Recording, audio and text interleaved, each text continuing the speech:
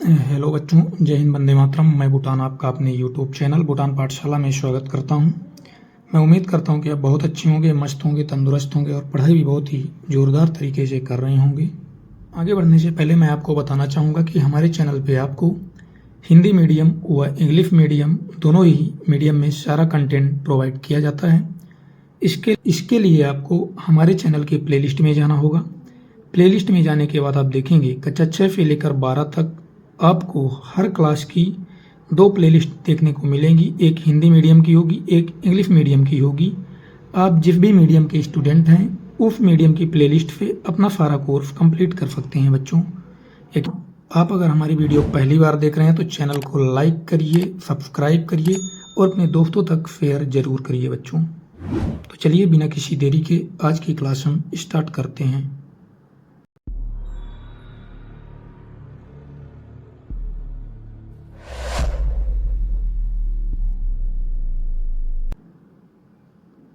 बच्चों, ये हमारी कक्षा 12 की गणित की इंट्रोडक्शन क्लास है। इस क्लास में हम देखेंगे कि कक्षा 12 की विषय सूची के अंदर कौन कौन से अध्याय आते हैं और उन अध्याय के अंदर हमें कौन कौन से टॉपिक पढ़ना है। इस क्लास में केवल इतना ही देखेंगे। बाकी जो अगली क्लास होगी अध्याय 1 से लेकर सारा कोर्स हम कंप्लीट कराएंगे 1 बाय 1 बहुत ही विस्तृत तरीके से। आज केवल इंट्रोडक्शन देखेंगे बच्चों कक्षा 12 की विषय सूची का। अध्याय 1 है संबंध एवं फलन।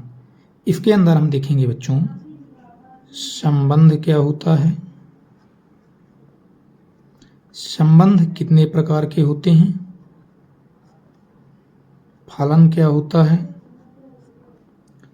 फलन कितने प्रकार के हो सकते हैं, फलनों का संयोजन क्या होता है, व्युत्क्रमणी फलन क्या होते हैं, व्युत्क्रमणी फलन क्या होते हैं।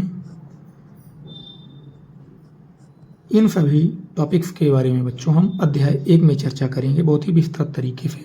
आपको परेशान नहीं होना है, सब कुछ बहुत ही डिटेल में करवाया जाएगा जब आपको 1 बाय 1 करके सारे चैप्टर करवाए जाएंगे। अध्याय 2 है बच्चों प्रतिलोम त्रिकोणमिति फलन। इसके अंदर हम देखेंगे छोटा सा ही अध्याय है बच्चों, प्रतिलोम त्रिकोणमिति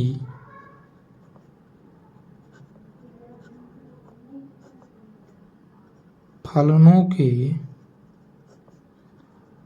गुणधर्म क्या क्या होते हैं, इनके बारे में देखेंगे। जब अध्याय करवाया जाएगा सब कुछ इसके बारे में बताया जाएगा बच्चों। अध्याय 3 है आव्यूह। इसके अंदर देखेंगे आव्यूह क्या होता है, आव्यूह के प्रकार क्या होते हैं, मतलब आव्यूह कितने प्रकार का होता है, आव्यूह पर संक्रियाएं क्या होती हैं, आव्यूह पर संक्रियाएं क्या होती हैं,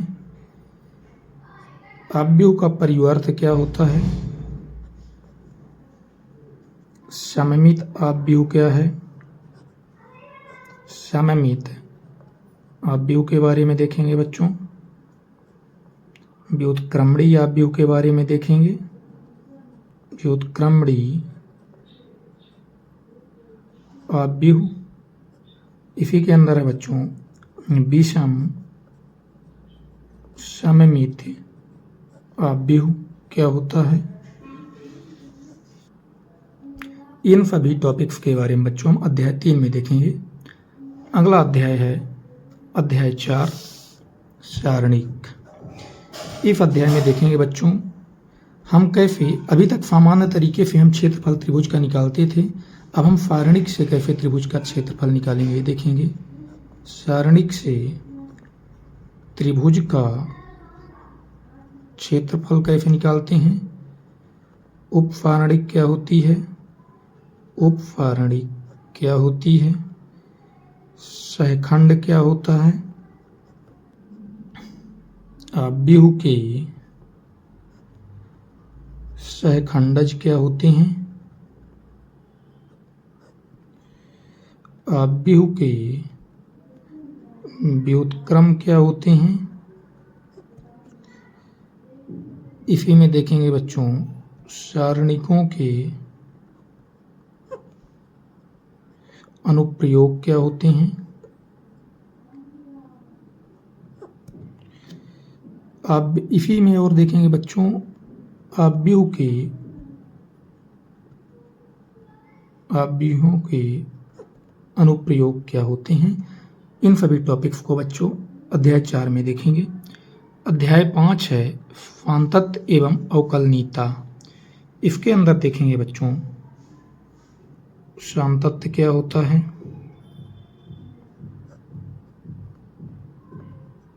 अवकलनीयता क्या होती है,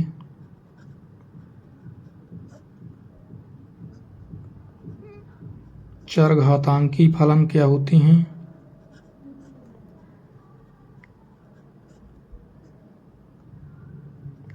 लघुगणकी फलन क्या होते हैं,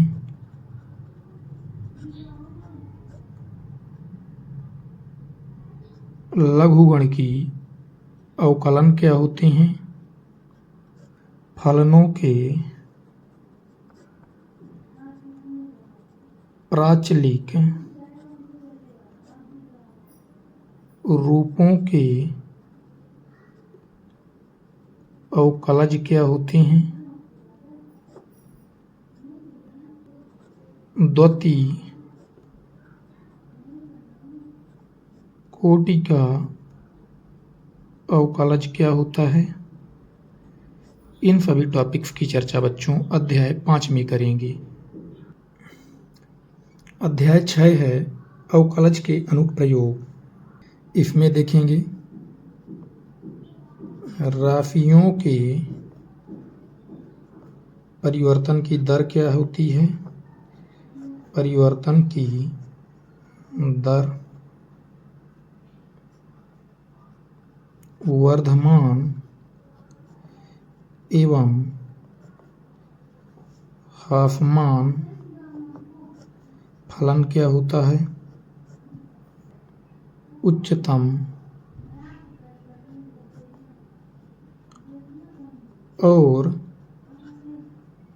निम्नतम क्या होता है। इन सभी टॉपिक्स की चर्चा अध्याय 6 में करेंगे। अगला अध्याय है अध्याय 7 जो कि है समाकलन। इसके अंदर देखेंगे बच्चों कि समाकलन व अवकलन के बीच व्युत्क्रम का संबंध क्या होता है, समाकलन की विधियां क्या हैं,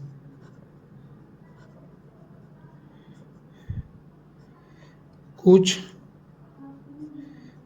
विशिष्ट फलनों के समाकलन क्या होते हैं, इनको देखेंगे बच्चों। आंशिक भिन्न द्वारा हम समाकलन कैसे करते हैं, आंशिक भिन्नों द्वारा समाकलन,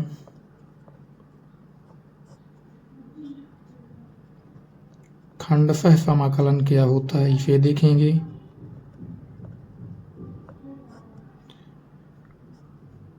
कलन की आधारभूत प्रमेय क्या होती है, आधारभूत प्रमेय क्या होती है। इसी में देखेंगे बच्चों जो निश्चित समाकलन होंगे, निश्चित समाकलन का हम प्रतिस्थापन द्वारा कैसे मान ज्ञात करते हैं, ये देखेंगे बच्चों। और निश्चित समाकलन के इनके गुणधर्म क्या है ये भी देखेंगे बच्चों। ये थोड़ा बड़ा चैप्टर है, ये थोड़ा बड़ा अध्याय है। इन सभी टॉपिक्स को अध्याय 7 में देखेंगे। अध्याय 8 है समाकलनों के अनुप्रयोग। अब जो हमने अध्याय 7 में पढ़ा उनका अनुप्रयोग क्या है अध्याय 8 में देखेंगे। साधारण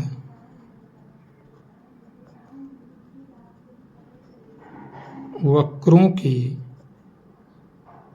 अंतर्गत क्षेत्रफल हम कैसे निकालते हैं। मान लीजिए साधारण कोई वक्र दिया हुआ है, इनका हम क्षेत्रफल कैसे निकालेंगे ये अध्याय 8 में देखेंगे। अध्याय 9 है अवकल समीकरण। इसके अंदर देखेंगे बच्चों, इसके कुछ बेसिक कॉन्सेप्ट जो हैं, आधारभूत संकल्पनाएं अवकल समीकरण की क्या क्या है। अवकल समीकरण का हम बच्चों देखेंगे व्यापक रूप क्या होता है, विशिष्ट हल क्या होता है, प्रथम कोटि एवं प्रथम घात के जो अवकल समीकरण होंगे उनको हल करने की विधियां क्या क्या होंगी ये देखेंगे। इन सभी टॉपिक्स की चर्चा अध्याय 9 में करेंगे। अध्याय 10 है सदिश बीजगणित। इसके अंदर देखेंगे कुछ बेसिक जो कॉन्सेप्ट होंगे उनको देखेंगे, सदिशों के प्रकार देखेंगे, सदिशों के प्रकार, सदिशों का योग कैसे करते हैं देखेंगे। एक सदिश एवं एक अदिश का हम गुणनफल कैसे करते हैं ये देखेंगे। दो सदिशों का गुणनफल कैसे करते हैं इसको भी देखेंगे बच्चों। इन सभी टॉपिक्स को अध्याय 10 में देखेंगे। अध्याय 11 है त्रिविमी ज्यामिति। इसके अंदर देखेंगे रेखा के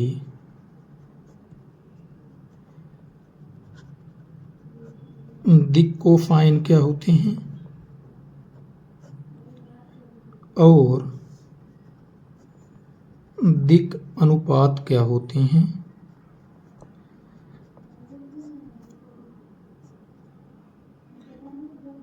अंतरिक्ष में रेखा का समीकरण क्या होता है ये देखेंगे। दो रेखाओं के मध्य कोण कैसे निकालते हैं ये देखेंगे। दो रेखाओं के मध्य न्यूनतम दूरी कैसे निकालते हैं ये भी देखेंगे बच्चों। अध्याय 11 में इतने ही टॉपिक्स की चर्चा करेंगे। अध्याय 12 है रैखिक प्रोग्रामन। इसके अंदर देखेंगे रैखिक प्रोग्रामन की समस्या क्या है। दूसरा देखेंगे रैखिक प्रोग्रामन का गणितीय सूत्रीकरण क्या होता है। आपको घबराना नहीं है बच्चों, ये सब बहुत ही विस्तृत तरीके से करवाए जाएंगे। आपको सब कुछ बहुत अच्छे समझ में आएगा। अभी ये इंट्रोडक्शन क्लास है केवल, इसीलिए आपको केवल कौन से टॉपिक पढ़ना इतना बताया जा रहा है। बाकी जब चैप्टर करवाया जाएगा बहुत ही डिटेल में सब कुछ करवाया जाएगा। आप घबराएंगे क्यों बच्चों, आप बहुत होशियार हैं, घबराने की ज़रूरत नहीं है। आप मस्त हैं, एकदम बिंदास होके पढ़िए, एंजॉय करिए। अध्याय 12 में इतने ही टॉपिक देखना है बच्चों। अध्याय 13 है प्रायिकता। इसके अंदर देखेंगे सह प्रतिबंध प्रायिकता क्या होती है, प्रायिकता का गुणन नियम क्या है ये भी देखेंगे बच्चों। स्वतंत्र घटनाएं क्या हैं,